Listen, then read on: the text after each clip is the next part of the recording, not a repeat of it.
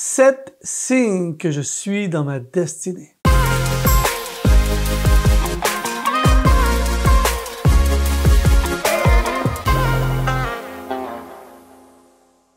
Bienvenue sur exponentiel.net, ici Luc Dumont. C'est toujours, je dis bien toujours, un plaisir de te retrouver et de passer ces minutes avec toi. L'objectif, c'est toujours t'aider, contribuer, semer dans ta destinée afin que tu puisses devenir tout ce que tu es appelé à devenir. Aujourd'hui, on veut parler des signes qui confirment que je suis dans ma destinée. Et justement, puisque nous sommes dans le sujet de la destinée, je veux aller encore un pas de plus en t'offrant gratuitement une formation que j'ai faite qui s'appelle les 4 réponses pour le succès de ta destinée. Et tu vas simplement voir le lien qui apparaît dans la description de cette vidéo et tu peux directement t'abonner à cette formation gratuite pour t'aider à réaliser ta destinée. Et aujourd'hui, je vais aller dans ce sujet justement en parlant des 7 signes qui confirment qu'on est dedans. En fait, vous m'avez certainement déjà entendu le dire, mais la destinée, c'est de devenir l'intention originale de Dieu. Dieu avait un plan lorsqu'il nous a créés et il avait une destinée de préparer et vivre sa destinée, réaliser sa destinée, c'est de devenir cette intention.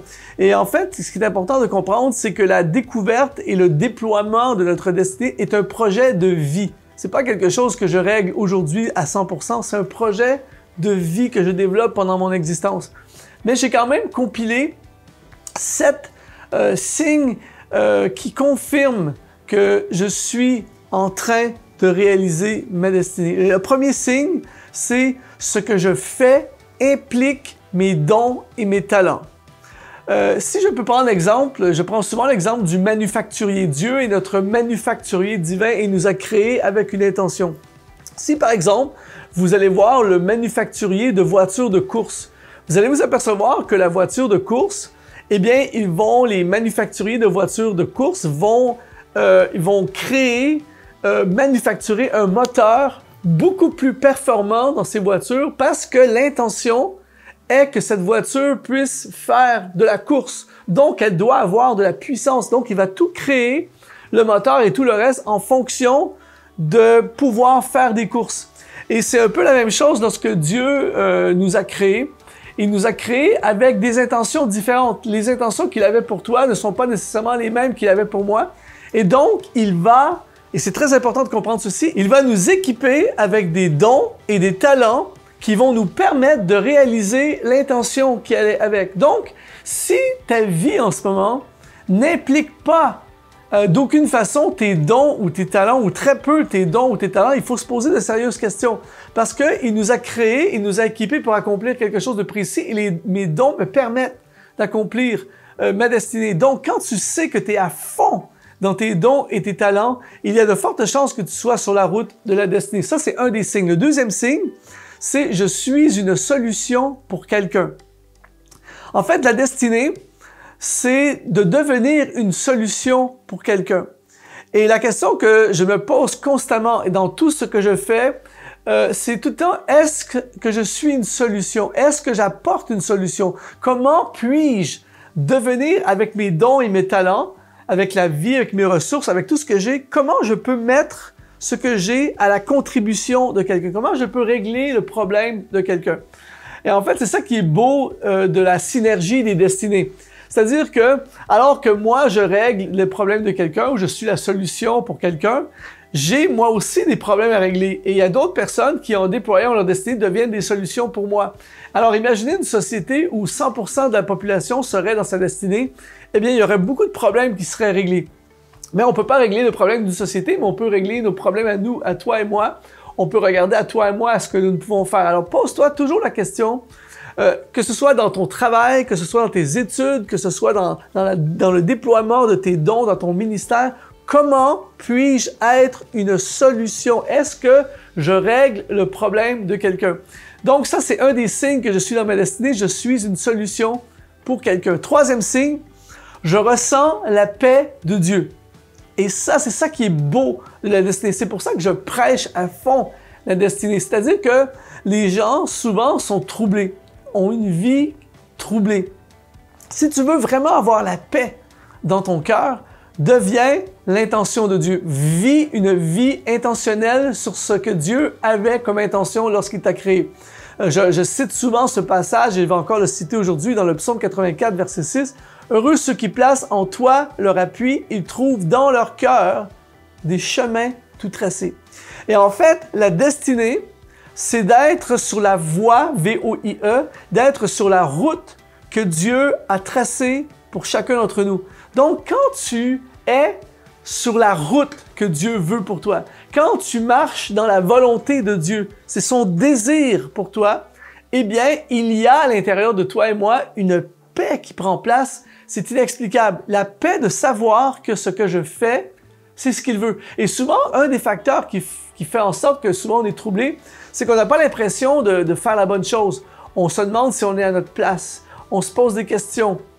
Mais quand tu sais que tu es en plein dans le plan divin, il y a une paix inexplicable qui prend place.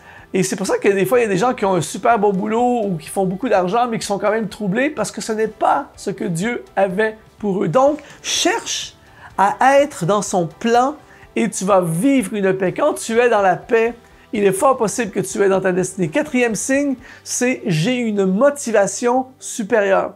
En fait, quand tu es dans ta destinée, il y a une motivation qui vient bien au-delà des résultats, des chiffres, des finances ou quoi que ce soit. C'est un sentiment de passion, tu as un feu à l'intérieur parce que tu es en train de faire ce pourquoi tu es né. Et moi, à chaque fois, et je sais, j'ai comme un thermomètre de motivation. C'est-à-dire qu'à chaque fois que je fais quelque chose qui est connecté avec ma destinée, j'ai une motivation, je suis inépuisable, j'ai le goût de me lever le matin, je suis motivé à fond. Et quand je fais d'autres trucs parfois qui sont pas nécessairement des mauvaises choses, mais tout à coup, je perds ma motivation et je suis moins motivé. Et c'est pour ça qu'il y a beaucoup de gens qui sont malheureux à chaque matin de leur vie lorsqu'ils se lèvent pour aller travailler parce que c'est un bon travail. C'est un travail qui pourvoit aux factures familiales, c'est un bon sens de responsabilité, mais ce n'est pas ta place, ce n'est pas ton avenir, ce n'est pas pour ça pourquoi tu as été créé, ce n'est pas ta destinée. C'est pour ça que tu es tourmenté à chaque matin. Moi, j'ai vu des gens quitter des emplois hyper rémunérateurs où ils étaient profondément malheureux pour se lancer dans quelque chose qui leur correspondait, où il y a beaucoup moins de sécurité financière, mais tout à coup, il y a une motivation démesurée. Donc, un des signes de ma destinée, c'est il y a une motivation. Cinquième signe, c'est je n'envie plus les autres. Il y a plein de gens qui envient la vie des autres. À chaque matin ou à chaque jour, regardent les autres vivre, regardent un artiste et envie sa vie, regarde un entrepreneur et tu envies sa vie, regarde quelqu'un qui travaille pour le gouvernement ou qui a un emploi stable, tu envies sa vie. En fait, quand tu es dans ta destinée, tu es tellement comme un poisson dans l'eau, tu es tellement bien, tu es tellement dans ton élément que tu n'envies plus les autres. Tu peux avoir des moments, certaines journées où tu dis « Ah, ça a l'air mieux ailleurs », mais règle générale, t'es bien, t'es à ta place, t'es dans ton élément. Très, très, très important.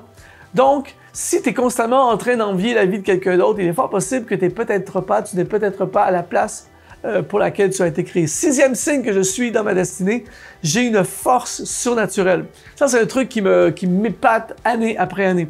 C'est-à-dire que j'ai la capacité, je l'ai vécu, j'ai la capacité de passer, comme il y a quelques temps de ça, de faire le même dimanche, de prêcher 6 fois, de faire 6 réunions, d'être du matin au soir à fond, et à la fin de la journée, j'ai une certaine fatigue physique, mais je suis boosté, alors que je peux m'asseoir des fois pendant 2 heures dans un comité d'administration et je suis vidé complètement à la fin. Les deux, c'est des bonnes choses, mais il y en a un pour lequel j'ai été créé et l'autre pour laquelle je n'ai pas été créé. Et lorsque je sors de mon élément, de mon couloir, je me vide, la batterie se vide rapidement.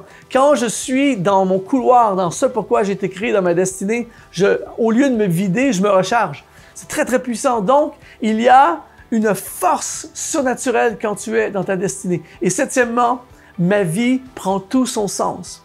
Je ne sais pas si tu as déjà vécu cette expérience de dire, de faire quelque chose et de dire, moi je l'ai vécu à plusieurs reprises où des fois tu te dis à la fin, je suis né pour ça.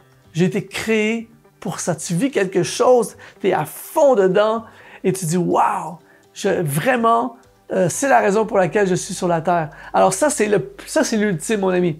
C'est-à-dire que de vivre avec un sentiment profond de destinée. Tu dis, wow, je comprends pourquoi j'ai ces intérêts-là. Je comprends pourquoi j'habite dans cet endroit. Je comprends pourquoi je suis connecté avec ces gens-là. Je comprends pourquoi j'ai ces dons-là. Je comprends pourquoi j'ai étudié dans ce domaine-là. Tout prend son sens. Ta vie a un sens. Donc, c'est pour ça qu'il est impératif de réaligner notre vie si elle n'est pas alignée avec ta destinée. Il y a tellement une joie, il y a tellement un bonheur, il y a tellement une plénitude. C'est pour ça, mon ami, que je n'arrête pas d'enseigner sur ce sujet.